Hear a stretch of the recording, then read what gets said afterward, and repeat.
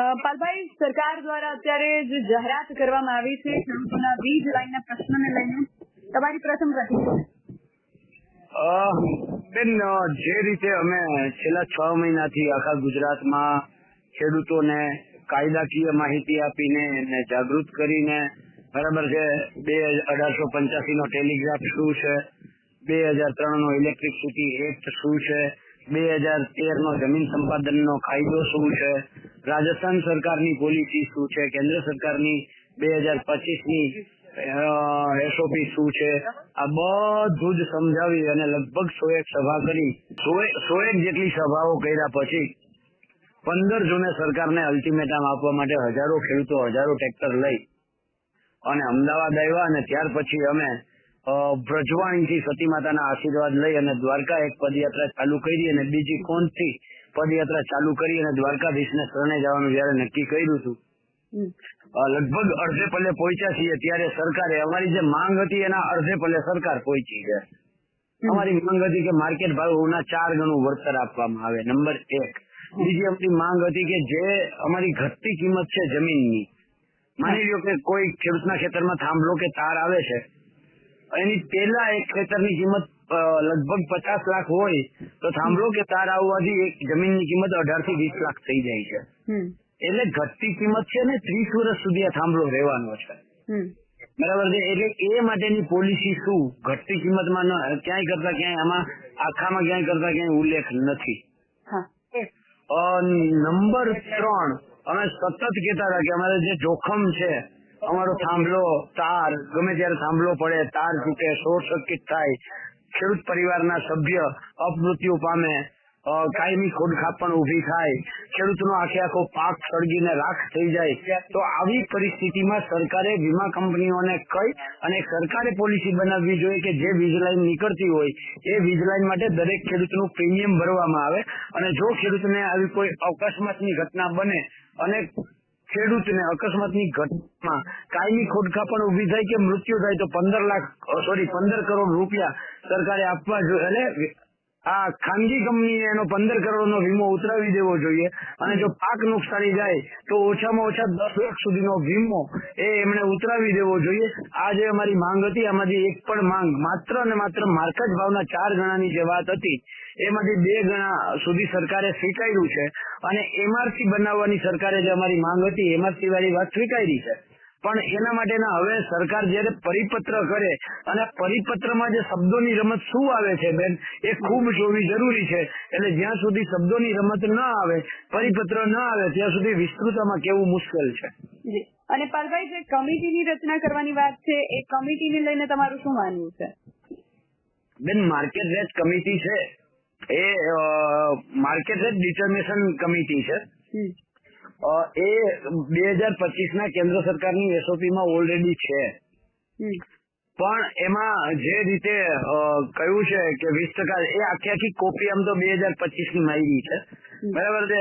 એટલે એમાં હવે જોવાનું, એટલે જ હું કહું છું કે પરિપત્ર આવે અને પરિપત્ર ની અંદર શું આવે છે કે ખેડૂતો વેલ્યુઅર નીમી શકે, બરાબર છે. તો એ કેવા વેલ્યુઅર, કોણ વેલ્યુઅર હોઈ શકશે, બરાબર છે, ખૂબ જરૂરી છે, બરાબર છે. એટલે પછી ખાનગી કંપનીની સામે વેલ્યુઅર નીમવાની છૂટ છે, એ બે વચ્ચે 20% થી વધારે ડિફરન્સ આવશે તો સરકાર પોતાનો વેલ્યુઅર એટલે કે કલેક્ટર વેલ્યુઅર નીમશે. આ જે બાબત છે, આ બાબત ઘણી બધી અવઢવવાળી છે અને એ સાચો જયારે પરિપત્ર આવે ને ત્યાર પછી જ ખબર પડે. બાકી આ સરકારમાં તો બેન વિધાનસભામાં કૃષિ મંત્રી બોલીને બદલી જાય છે અને લોકસભામાં કૃષિ મંત્રી બોલીને બદલી ગયા એવા દાખલા છે.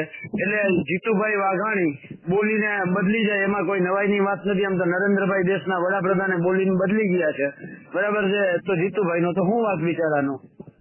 અને પાલભાઈ, જે રીતે પહેલા 40 અને 20 એ પ્રમાણમાં વળતર ચૂકવવામાં આવતું હતું અને હવે એ નક્કી કરવામાં આવ્યું છે કે એક સાથે જ વળતર ખેડૂતોને ચૂકવી દેવામાં આવશે, એને લઈને તમારું શું માનવું છે? એટલે જ હું કહું છું કે સરકાર પરિપત્ર કરે પછી ખબર પડે કે પૈસા પહેલા મળશે કે છેલ્લે મળશે. મહત્વની વસ્તુ એ છે કે પહેલા પૈસા જો જે હપ્તો છે એ પહેલા આપવામાં આવે, એક સાથે આપવામાં આવે તો બરાબર છે. બાકી તો આ કંપનીઓ થાંભલા ઉભા કરીને વયા જાય, પછી ખેડૂતોને ઉચાત કરી દે તો શું કરવાનું? આવા જીતુભાઈ જોતા હોય તો 5,000 ખેડૂતો હું આપું જેના ખેતરમાં થાંભલા ઉભા થઈ ગયા છે અને આજની તારીખમાં રૂપિયા નથી મળ્યા.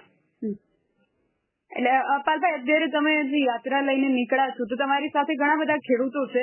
સરકારે આજે જાહેરાત કરી છે તો એ બાદ ખેડૂતોની શું પ્રતિક્રિયાઓ છે? ચાલુ રાખો, હું આપું એક ખેડૂતને.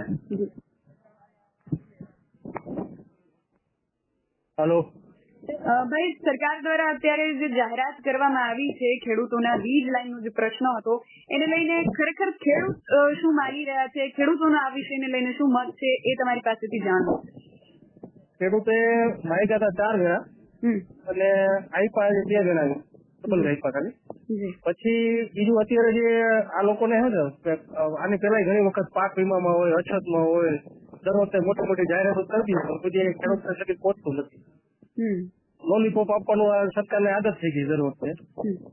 એટલે એ માયગું થી એટલું બધું મળ્યું નથી હજી, અને હજી અમે ફર્સ્ટ આજે આખી ચોકસાઈ નથી કરતા હજી કે કેવી રીતના મળવા જોઈએ ખેડૂતને ખરેખર.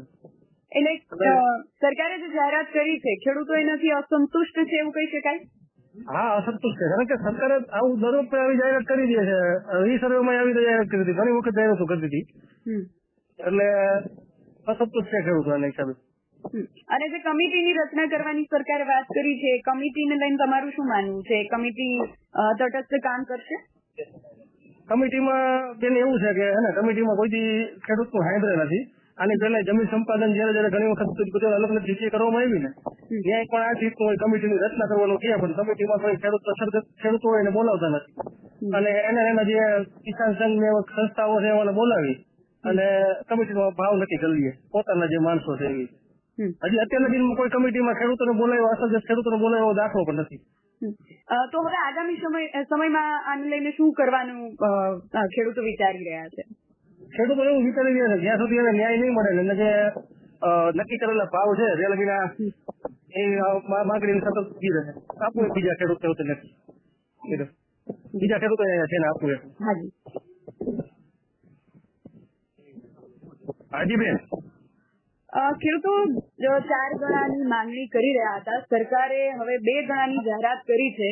સરકારની આ જાહેરાતથી, સરકારના આ નિર્ણયથી ખેડૂતો સંતુષ્ટ છે? બેન, અમે તો છે ને કાયદેસરના બજાર ભાવના 4 ગણાની જે કાયદામાં વાત હતી ને એ મારી અમારી માંગણી હતી, સમજો બરાબર. હવે આ ભાઈ જે ઓલા છે કૃષિ મંત્રી કે છે હવે એને એવી જાહેરાત કરી કે એના ડબલ દેવું, તો એમાં બીજી ક્યાં એને બીજું નવું કઈ કર્યું? અડધા દીધા એના જેવું, એ તો જાહેર કર્યા છે. બીજી વાત તો તમને હાવ હાચી કરી દઉં ને, તો ઈ વેપાર કરવા આ જે કંપની આવી છે ને અદાણી હોય કે ઈ હોય ઈ વેપાર કરવા હાટું કરે છે ને આ લાઈન નાખે છે. તો ઈ બજાર ભાવ જે રહ્યો તો ઈ અમારો વેપારી ટાઈપનો ભાવ હોવો જોઈએ કે નહીં? સમજો, ઈ જો આગળ સેવા કરવા આવે તો અમે સેવા કરવા દઈ દઈએ, સમજી લો બરાબર. અને એને જે વેપાર કરવો છે તો વેપાર ટાઈપનો ભાવ લાવો. એટલે જો કે ને વાણિજ્ય કરવું છે તો અમારે વાણિજ્ય નો ભાવ લાગવો જોઈએ. જંત્રીનું બજાર ભાવ નું ઈ બજાર ભાવ નક્કી કેવી રીતે કરવાના છે?